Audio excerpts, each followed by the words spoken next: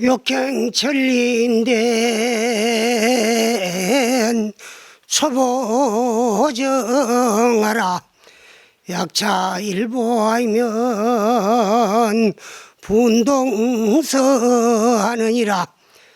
욕구불도인된 초신정하라. 약차 일신하면 격천지한다고 하느니라.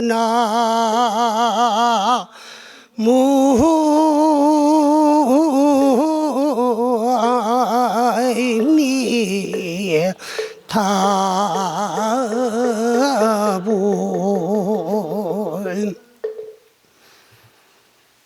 여러분들 설 잘 쉬셨습니까? 오늘은 금년 경자연 신년 새해를 맞이해 가지고 또 우리 대원사 불자님들이 부처님에게 합동으로 고향을 올리고 기도하는 정초 살림기도 입제 날입니다. 그래서 한 해를 맞이하면은 이 정월달부터 마음을 가다듬고 올바르고 참답고 거짓 없이 떳떳하고 당당한 불자로서의 생활을 시작을 해야 돼요. 그래서 우리는 시작이 굉장히 소중한 거예요. 그래서 우리 종단에서도 그 이제 초심으로 돌아가자. 처음 일으켰던 마음, 그것이 굉장히 소중해요. 그리고 우리 불교에서는 이제 초발심이라고 그랬는데, 초발심, 처음에 이제 그 발언하고 바라는 마음, 그것을 이제 놓아버리기나 또 이제 그 달리 변해버리면 안 돼요. 그래서 초심으로 돌아가자는 그 초심 운동을 하는데, 우리도 금년 새해를 맞이해가지고 처음 부처님에게 기도를 올리면서 발언하는 그런 이제 살림기도 입제 날입니다. 그래서 살림이라는 요 말도 그 경상도 쪽에서는 정월달에 하는 기도를 통칭해 가지고 살림기도다 그래요. 근데 이 살림이라는 말도 불교에서는 굉장히 많이 쓰는 말 가운데 하나예요. 또 불교의 전용 용어이기도 하고, 그런데 또 따지고 보면은 살림 아닌 것이 하나도 없어요. 나라에는 또 이제 나라 살림, 국가 살림이 있고, 가정에는 가정 살림이 있고, 또 한 가정에 들어가면은 남편에게는 아내에게 어떻게 대해야 되는, 또 이제 참 남편이 해야 될 남편 살림이 있고, 아내에게는 또 이제 남편을 대할 수 있는 살림, 부모에게는 자식 살림, 살림이 아닌 것이 하나도 없어요.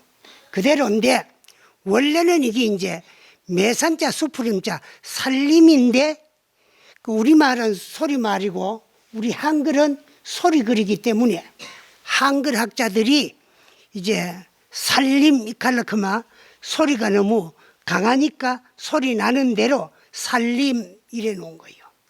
그 이 살림이라는 용어는 옛날 중국에서 파이나산하고 나면은 양공덕님 한다는 말에서 따온 소리인데, 파이나산이라는 산자와 양공덕님이라는 임자를 따가지고 살림이다 그래요.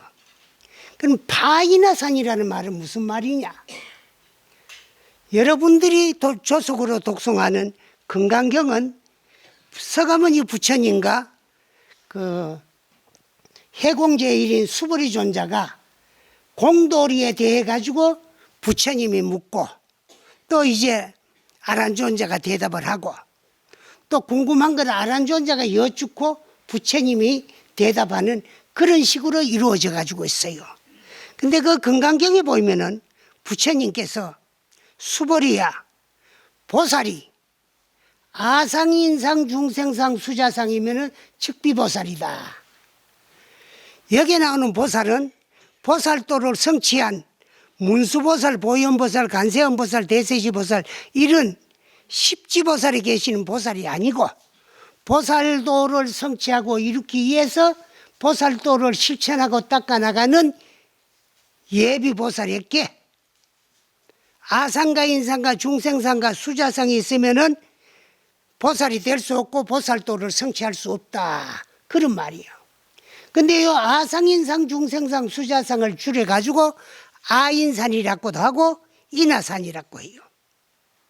그러면 요 이제 사상을 말하는 건데 파인하산이라는 말은 그 사상을 깨 두드려 부숴야 양공덕님이 된다. 그 말인데 그래서 요 사상은 뭐냐? 첫째 아상. 여러분들이 다 내 잘난 멋으로 살잖아요. 나라는 생각, 교만된 마음, 자존심, 내라야 된다. 내 아이만 안 된다는 그런 생각이 전부 아상에 해당되는 거예요. 인상은 상대라는 마음, 너라는 생각, 남을 없선이고 멸시하고 깔보는 마음. 여기다 이제 인상이요. 그 나, 너. 여러분들 가장 가까운 친한 절에 다니면 도반, 마을에 친구들이 있지요? 있어요?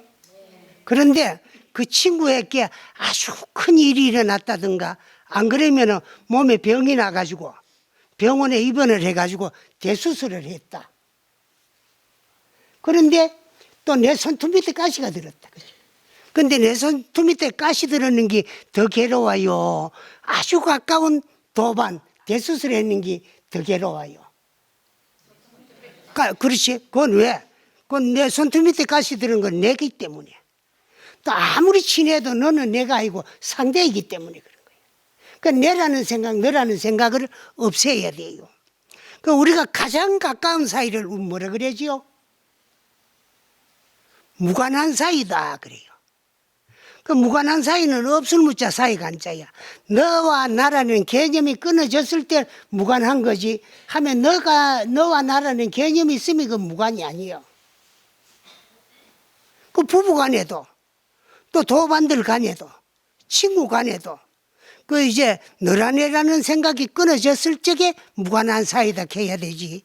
네가 따로 있고 내가 따로 있고 너는 대수술 했는데 덜 괴롭고 내 손톱 밑에 가시던 거 더 괴로워 막 아인상이 끊어진 것이 아니잖아. 중생상은 일체 모든 중생들의 생명의 본질은 평등이에요. 중생이라 그러면은 내 여러분이 이야기한 거지만은 중생의 한계를 어디에 두느냐? 육체가 있고 영체가 없으면 그건 뭘고? 송장. 영체는 있는데 육체를 잃어버렸다. 육체를 잃어버린 영체를 뭐라 그러지? 귀신. 영육이 물질적인 육체와 정신적인 영체가 동시에 공존하면서 심호흡을 하고 감각기관을 가지고 있는 민물짐승, 개미 한 마리까지도 다 중생계에 속해요. 그러면 일체 중생들의 생명의 본질은 다 평등해요.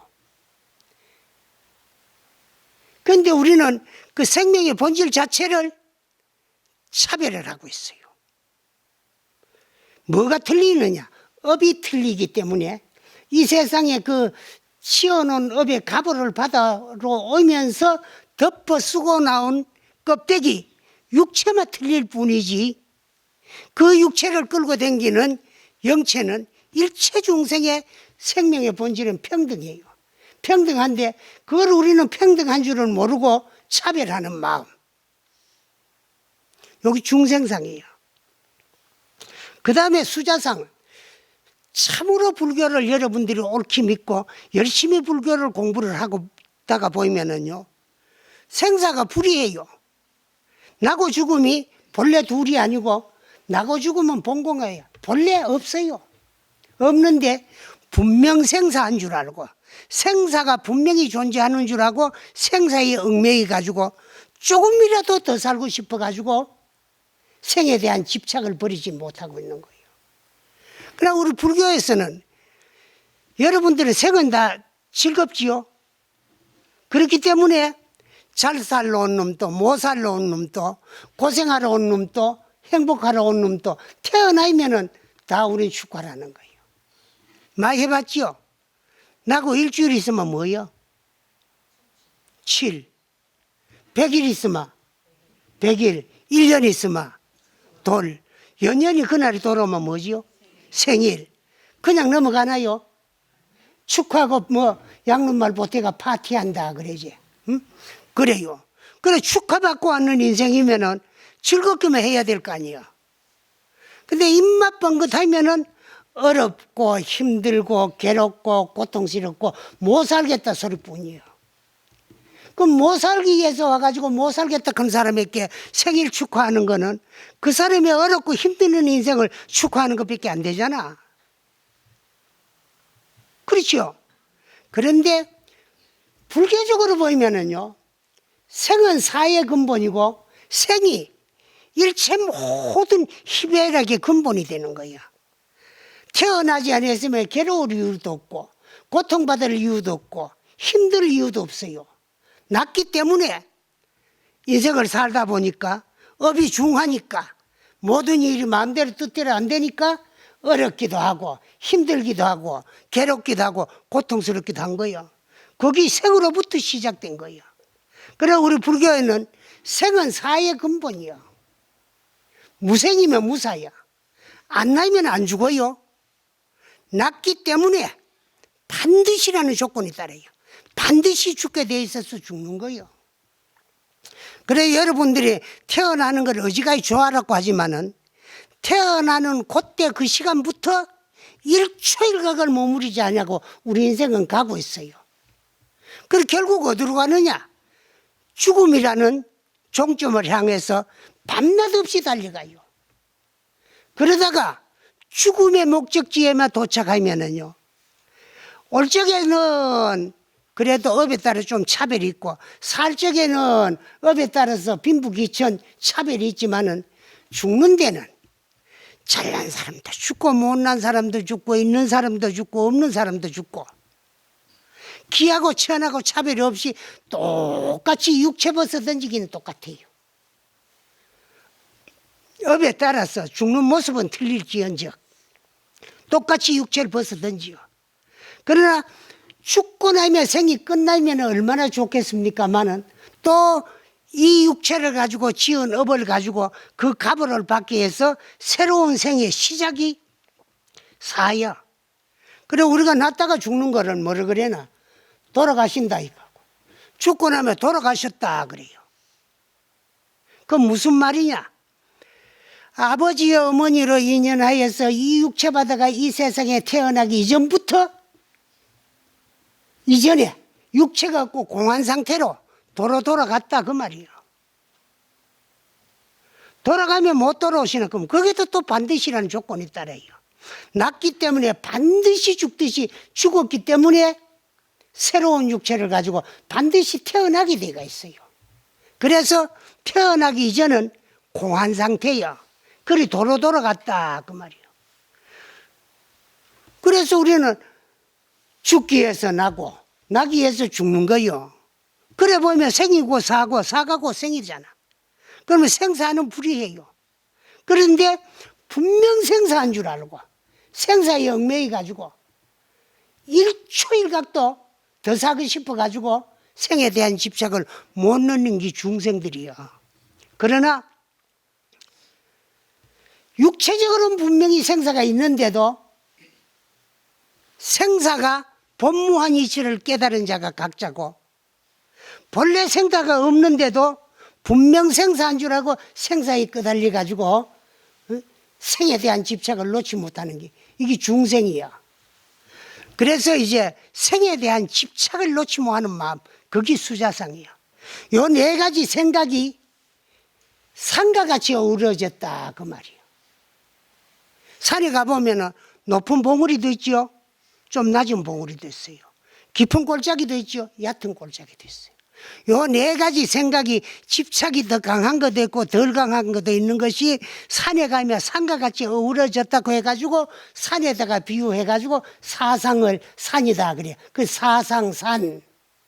그 파이나산이라는 말은 일주일 동안에 이 대원사에 와가지고 우리가 양무제 임금께서 후궁 치실을 위해서 찬문을 지어놓은 그 찬문을 읽으면서 내가 나를 돌이켜보고 비추어보고 잘못된 건 뉘우치고 금년에는 보다가 더 열심히 부지런히 참 불자로서의 불자다우게 어디 가더라도 부끄럽지 아니하게 누구한테보다도 자신한테 안 부끄러워야 돼. 나는 항상 하는 얘기가 이 세상에서 가장 큰 나쁜 죄악은 자기 자신을 속이는 거예요. 가장 올바르고 떳떳하게 인생을 올바로 사는 건 자기 자신에게 좀 떳떳해 보고 자기 자신에게 부끄럽지 않냐고 자기 자신을 속이지 않냐는 그런 떳떳하고 당당한 불자며 불자다우게. 나는 작년에도 내가 일본에 가가지고 꼭 한 번 더 해보고 싶은 것 중에 하나가 그거는 이제 세계문화유산으로 길이 지정이 돼가 있는 건 일본에 하나 있어요. 있는데 1200년째 끊어지지 아니하고 아직도 하루에도 수천 명씩 걸어가는 길이 하나 있어요. 1200년째 있는데 그게 어디 있나 그러면 일본 시곡구주 우리말로 하면 사국이요. 넉사자 나라국자 시곡구주인데 거기 가면은 그 주 내에 88개 사찰이 순례 코스가 있어요. 그 일본말로 하치주 하치 순례라는 코스인데 지금도 일본 사람들은 그 하치주하치 순례를 하기 위해 가지고 회사에 신청을 하면 휴가를 내줘야 돼요. 어느 회사든 간에 뭐 국영기업체나 사기업체라도. 근데 걸어서 한 바퀴 도면 얼마 걸리나 그러면 2달이 걸려요. 88개 사찰을 순례하는데 우리는 이제 몇 해 전에 내가 한번 가가지고 15일 동안에 차를 타고 돌아봤고 또 요 양년에는 그 2분에 거쳐가지고 한 일주일씩 해가지고 2분을 순례를 해봤는데 거기도 좀 이만큼 안 늙었으면 지금도 자신은 있어요. 한 2달 못 걷겠어. 간데 그래 걸어보면은 또 그 88개 사찰 중에 걸어가는 스님들이나 걸어가는 학생이나 걸어가는 순례하는 불자들에게는 공짜로 지어주고 밥 주고 해요. 그 차 타고 가는 사람들에게는 돈 받아요. 그런데 그게 언제부터냐? 1200년 전부터예요. 그 일본에 어떤 스님이 있었나 그러면 홍법대사라는 분이 계셨어요. 근데 일본은 난 별로 안 좋아해도 홍법대사는 존경을 해요. 근데 이 어른은 일본 불교 정토 진종을 창종하신 어른인데 이 양반이 또 왕가하고는 또 인척관계가 있어요. 그런데 출가래가 스님이 됐는데 이 스님은 우리 동양은 이제 동양상국 특히 중국, 한국, 일본은 그 소위 대승불교다 그래요. 그 대승불교권에서는 대승법망경 보살 심지계품 10중 48개를 받아서 수지해야사 보살도를 성취할 수 있다. 그렇게 우리가 지금도 믿고 있고 지금도 우리가 보살계를 받고 또 10중 48개를 지키려고 노력을 하고 있고 그래요. 근데 이 홍법대사는 대승법망경 보살 심지계품 10중 48개가 아니라도 자성을 증득하고 깨달을 수 있다 하고 주장하고 나셨어요. 그러니까 전 일본 불교 대표하는 관장들이 벌떼같이 일어나요. 일본 불교가 망하려고 어디 저 말이라 외도가 하나 태어나가지고 일본 불교를 망칠란다. 그리고 뭐 전 불교가 야단이야. 그 말씀을 들은 임금님이 살짝 홍법대사를 불렀어요. 그래 우리 일본 불교는 대승불교고 대승불교에서는 대승보살계를 받고 지키고 수제하고 수행해야사 깨달음을 얻을 수 있는데 당신은 그것을 부인하고 이렇게 딴 주장을 하고 있으니까 이렇게 전통 불교에서 벌떼같이 일어나니까 당신이 대승법망경 보살 심지계품을 수지하지 아니하여도 깨달을 수 얻을 수 있다는 증표를 보일 수 있느냐? 보일 수 있다. 그러면 나를 받아가 매달 며칠 날 당신도 오시고 각 종파의 관장들, 우리나라 같으면 종정이에요. 장들을 전부 궁중으로 다 불러 모셨어요. 그때는 이제 수도가 지금 같이 도교가 아니고 교토 있을 때예요. 그리고 교토 궁중으로 다 모여 있어요.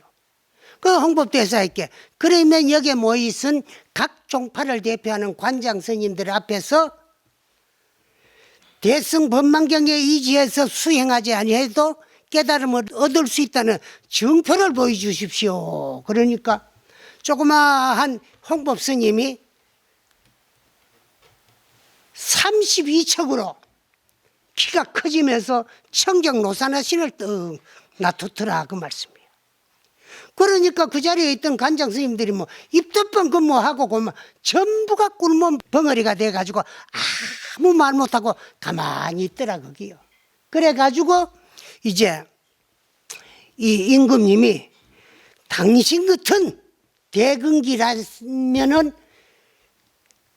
전통 재래불교에서 대승불교에서 수행하는 수행 방법이 아니라도 깨달을 수 있지만은 보통 사람은 그렇지 못하니까 전통 일본 불교에 혼란이 일어나기가 쉬우니까 죄송하지만은 저 고야산을 하나 당신에게 띄줄 재미니까 그리 가가지고 조용히 수행하고 계시라. 그리고 임금님이 고야산 하나를 띄워줬어요. 그러면 기양 아닌 기양을 가는 거예요. 잘못이 없이 가는데 자기 고향 시곡구주를 들려가지고 하루 쉬었다 간 절도 있고 뭐 잠시 쉬었다 간 절도 있고 며칠씩 쉬어 머무른 절도 있고 그렇게 했는 절이 88개야. 그래가 고야산으로 들어갔어요. 그때부터 지금까지 그 88개 사찰을 일본부터 88권까지 걷는 사람이요. 그래 가보면은요 적어도 49번 이상 걸으면은 그게 기념으로 비를 하나씩 세우는데 그 2달씩 걸리는 코스를 49번 이상 걸으는 사람들이 비를 세워놨는데 뭐 수십 개가 되고 그래요. 그런데 뭐 한 200분도 돈 사람도 있고 그 순례 코스를. 그런데 그래서 이제 고야산에 가가지고 회양을 해요. 근데 이 홍법대사가 고야산에 들어가 있을 적에 수많은 사람들이 찾아가요. 그래서 그 요즘 같이 교통도 편리하지 뭐하고 그 당시에는 전부 육로로 걸어가는데 가가지고 홍법대사를 친견하고 법문을 들으며 발심을 해가 출가하라고 발심을 해가 출가하라고 그래. 그런데 그 대중을 다 수용할 수 없으니까 수용할 수가 없으니까 머리만 깎아가지고 당신 제자로 받아주기만 하면은 좋겠다고 그렇게 해가 출가를 했는데 그 사람들이 그 옆에다가 조그맣게 절을 짓고 조그맣게 절을 짓고 해가 홍법대사 당시에 고야산 일대에 1600개 사찰이 들었었대요. 근데 지금은 작은 절 몇 개씩 엄치가 하나가 되고 해가지고 처음 내가 고야산 갔을 때는 125개가 있었는데 요즘은 또 그보다 조금 더 많더라고요. 작년에 가보요. 그래요. 그런데 그 고야산 시민이요, 뭐, 몇만 명이 되고, 거기서 초등학교부터 정토진종 대학교가 거기에 있어요. 대학교까지 학교 교육시설도 다 있고 그래요. 근데 홍법대사 살았을 적에 어떤 사무라이, 무사가 하나, 도인이면 도인이고 큰 스님이면 큰 스님이지, 이 나라의 백성이면 틀림이 없는데, 임금이 찾아가도 일어서지 아니하고 방 안에 앉아서 영접을 한다 그러니까 내가 한번 찾아가 가지고 부처님의 가르침은 무엇이고 인생을 어떻게 살아야 되는가 한번 여쭤보고 올바른 답을 하면은 그냥 오지만은 그렇지 아니하면은 콧대를 납작하게 한번 꺾어놓고 싶어요. 이 사무라이 무사가 그걸 찾아갔어요. 그래서 홍법대사를 친견하기 위해서 신청을 했는데 차례가 얼마나 밀렸나 그만 한 3일은 기다려야 되겠는 거예요. 그 3일 동안에 있으면서 그만 기가 다 빠져버렸어. 근데 차례가 돌아왔어요. 굳굳이 갔는데 그냥 올 수도 없고. 그래 가보이 홍법대사 걔가 어지간히 대단한 줄 알았는데 가보이 뭐 조그마한 영감이 자보고 요래 앉아가 계시거든. 에베 싶은 생각이 들어요. 그렇지만은 거기까지 찾아가 가지고 3일 동안에 기다리는데 뭔가 하나 물어봐야 될 거 아니에요. 그래서 생각해 놓은 것이 스님 여하시 불법인가, 어떠한 것이 부처님의 가르친 진리고 어떠한 것이 불교이고 또 어떻게 살아야 인생을 올바르게 참다하게 살 수 있는가, 간단 명료하게 내 인생의 길잡이가 되고 내 마음의 양식이 될 수 있는 좋은 말씀을 한 말씀 일러주십시오. 그래 그 말이 떨어지기 전에 그러면 홍법대사는 다웁게 사는 것이 불법이고 다웁게 사는 것이 불교이니라 요 한 말씀을 했어요. 그렇게 내가 살 기다려가지고 다웁게 사는 것이 부처님의 가르침이고 다웁게 사는 것을 일러주고 가르쳐주는 것이 부처님의 가르침이다. 다웁게 산다는 말 누가 뭐 하겠어. 그래서 반문을 해요. 스님 그 말씀은 누구나 다 할 수 있는데 그것이 불교고 그것이 부처님의 가르침입니까?